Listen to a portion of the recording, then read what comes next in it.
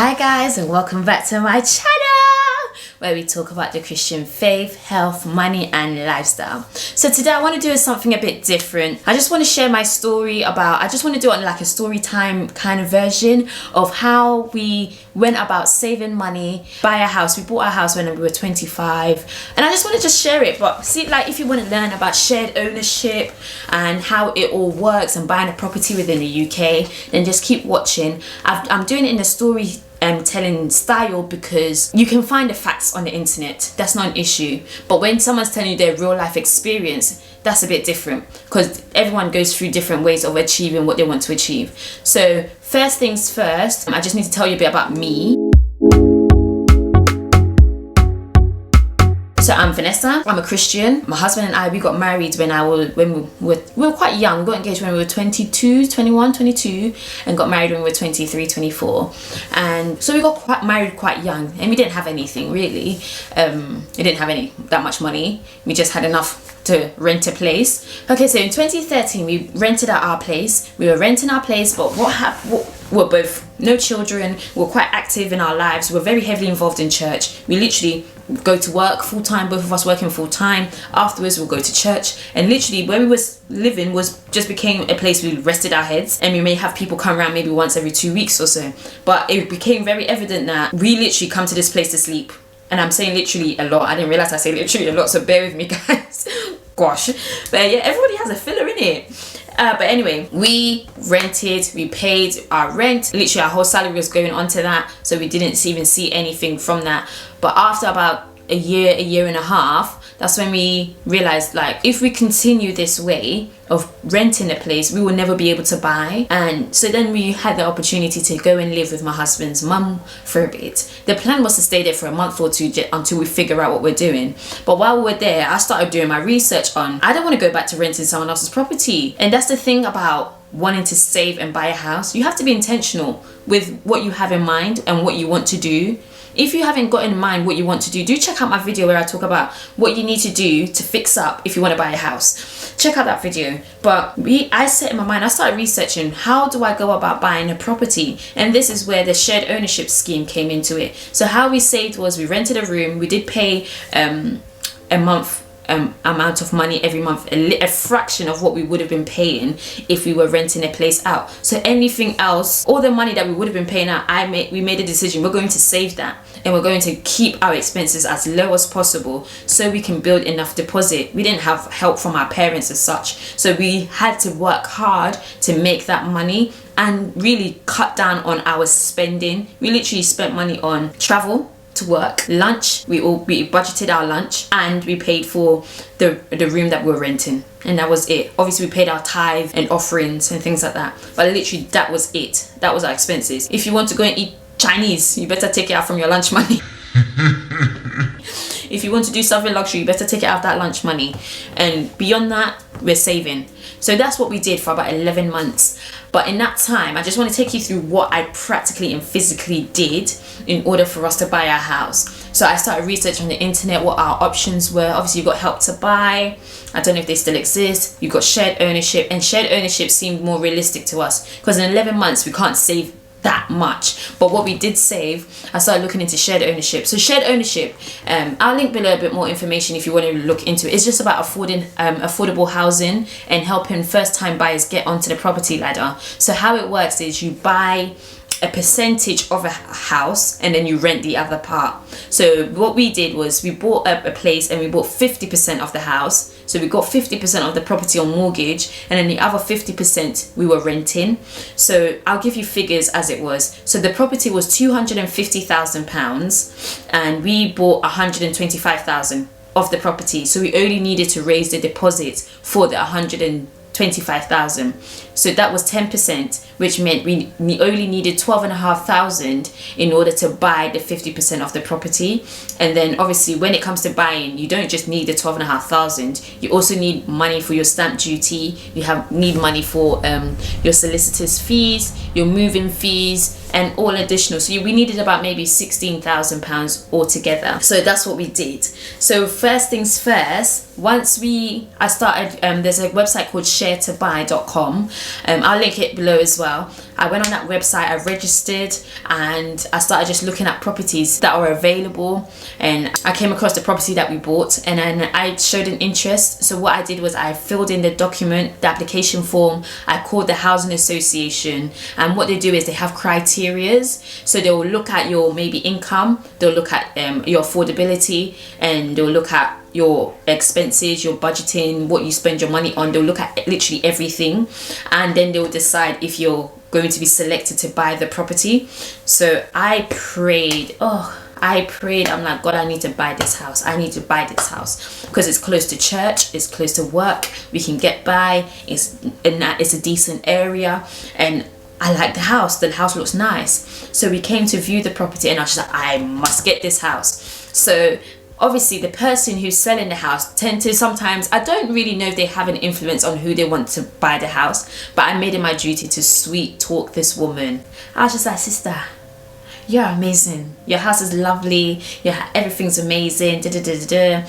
One thing that was an issue with this house was the lease was quite low. So people that were interested in it were not as much. The competition wasn't that high because there's when you buy a flat, you're actually leasing the property for however many years, 100 years, 120 years, 99 years, and there was only about 83 years on the lease. And in the UK, when your lease drops to 80 years, it's very hard to sell your property because you have to pay a very big substantial amount to increase the lease on the property. So people tend to avoid properties that have low lease. We took the risk and got the property, and we're like, God will make a way for us to extend this lease before it hits those years. I don't know how we were going to do it, what we were going to do. Now, sitting here now, we've done it by the grace of God, but at the time I didn't know how we were going to do it. But anyway, going back to how we went about getting the property. So I registered our interest. I was calling the housing association, telling them how amazing I think the property is. There was a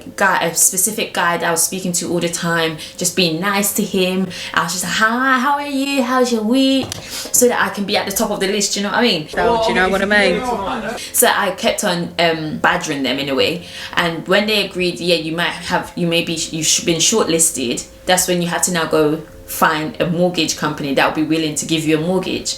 So we started scouting. The only difficult thing is a lot of banks don't necessarily offer mortgages for shared ownerships, so you're quite limited when it comes to shared ownership mortgages. We went with Nationwide Bank, and even to get the mortgage, you have to go for an interview, and in that interview they're assessing your income. They ask you, are your circumstances going to change? If you're about to have a baby, girl, your circumstances are about to change. So you have to be like honest and say like yes or no if your circumstances are going to change. I said, I don't know. You can't predict the future, so at this present moment this is our circumstances. And they'll check your affordability, and with that they'll confirm if you can get the mortgage or not. So we were approved for the mortgage. The housing association accepted us after the shortlisting. We were chosen, and now the next stage is where the lawyers need to exchange contracts. The seller has to have a lawyer, we had to have a lawyer. So we hired somebody who was doing the work for us, where we had to pay her quite a large amount of money. I can't remember how much, but it was a good couple of grands, possibly. Yeah, a good couple of grands, possibly. I can't remember. But we had to pay her for her to do all the contracts and all the exchange, everything for us. And even then, like, the seller's lawyers won't get back to my lawyer, so it was dragging out the process, and everything's just messed up, and we're there like, oh, we have a week to get this done. So it is a very pressurized situation, and when you're limited on funds, you're kind of like a bit stuck, because obviously when you have more money and you have money to dispose, you can probably get things a lot quicker, but you also have to factor in the person who's selling as well. They have to have a lawyer and everything else, so that process took a while. So from the starting process, I'll say it took us a good 4 months to actually get the keys to the house, from when we started the application process and getting everything done and getting everything processed and everything. So that's how we got the keys to the shared ownership. And then once we're here, we're paying rent on 50% of the property, which is usually a bit of a discounted rate compared to the market average. So say if the market average is for a house is £700, we were paying £400, for example, for the other 50%. So because it's a government scheme for affordable housing, so they give you a discount, and every housing association is different. Some housing association will only charge you maybe £200 for 50% rent, because the point is for you to learn to save. Some places they charge you quite a high amount. We were paying quite a high amount, and the negative bit is they kept on putting out, obviously every year inflation, based on inflation they put up the rent. So the rent went up by a good 40-50 pounds within the space of 3-4 years. And within the contract they did say that by 2020, every 20 years they plan to double the rent on the properties that they're doing. So I knew this place was built in the year 2000 or 1999, so I knew by the year of 2020, if we don't buy the other half of the property, we are going to have to double our rent, which will mean we won't be able to afford our mortgage and rent altogether, which is a bit of a trap in a way. So I just want to share a bit about how we went about buying the other half, and just a miracle. I've got a video where I go into more detail where how God provided financially for us. But one thing I will say about shared ownership is if your circumstances are going to change, for example, you're going to have children, you may be out of work, the likelihood of you being able to buy the other half becomes very narrowed down, because you're not making more money if you're paying rent and mortgage. If your finances are not going to increase, avoid getting into a shared ownership scheme, because you're better off just saving up your money for a longer period of time so that you can get onto the property ladder, get the property you want, that you know you can stay there for 10 years and be okay with it, and know that you're going to be paying £1,200 or £1,300 a month, and that's your circumstances. Because with shared ownership, to buy the other half, you have to go through the whole process. See that I mentioned that it took us about 4 months to buy the property? You have to go through the whole process again to buy the other half, or to buy 10%, which is known as staircasing, where you can buy bits and bobs as you go along.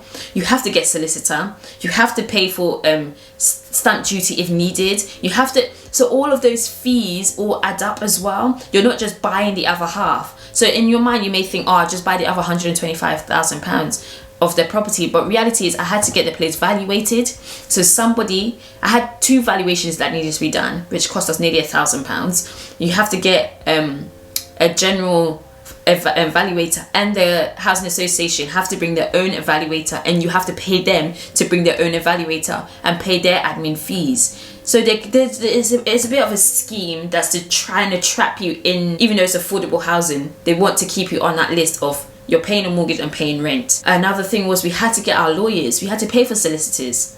So all of these fees adds up, and it kind of puts you in a position where you can't afford to pay for all of these things and buy the other half. Plus, when the property gets valuated, mortgages go up in value. Imagine your mortgage goes up in value by £20,000, and that's the other half you want to buy. That's another 10 grand you're going to have to cover. Even though you may be making 10 grand on your 50% that you already have, you still have to find the money to cover it. But then in the same breath, once you put a lot of money into the first 50% like we did, you can get equity out of that property.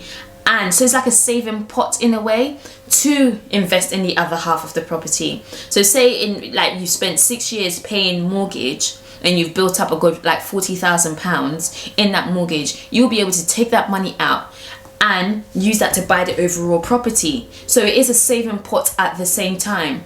But ideally, if you can afford to save the money before you even get onto the property ladder, then that's the best solution. If you can avoid not getting a flat and getting a house that's freehold, that's a better solution. Because when you're in a leasehold, you still have to pay service charges and pay a down payment. Even though we own the whole property, we still pay about £150-160 a month just for service charges and communal area maintenance and things like that. So I just wanted to share this in a storytelling format, just so you have an understanding of what's required of you. They will look at how much you're spending. They look at literally your bank statements. So you need to get your bank statements in check. You need to get your credit in check. Be wise who you plan on buying a property with. If you can buy it on your own, fine. But if you're planning on buying it with somebody, be very, very wise with the person you're planning to buy the property with. Because you don't want to be in a position where your credits are merged. You're on each other's financial statements and on each other's credit reports, and that person has bad credit, because someone's bad company corrupts good character. So avoid getting onto a property ladder with somebody that you don't have that 100% certainty that this person's here for life. kind of thing. So I just want to say thank you for watching. Let me know what kind of videos you want from me. Let me know what kind of things you want to hear about. I'm all about adulting, you know, adulting life, being a Christian woman life, and all the good stuff in between. So thank you. Don't forget to like, share and subscribe, and do put that notification button on for I post every week. Have a blessed day. Bye.